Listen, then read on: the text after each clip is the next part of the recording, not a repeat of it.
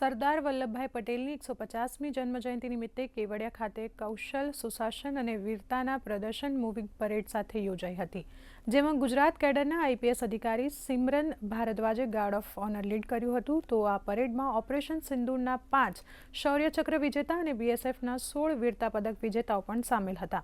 મહત્વનું છે કે બીએસએફ, સીઆરપીએફ અને વિવિધ રાજ્યના પોલીસ જવાનોએ ખાસ પરેડ યોજી હતી.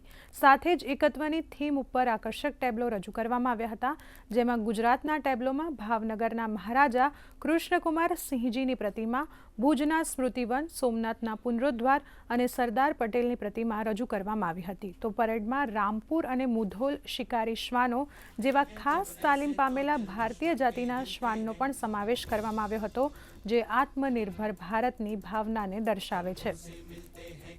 कदमों से कदम मिलते हैं, हम चलते हैं जब ऐसे तो दिल दुश्मन के हिलते हैं. अब तो हमें आगे बढ़ते हैं रहना, अब तो हमें साथी है बस इतना ही कहना.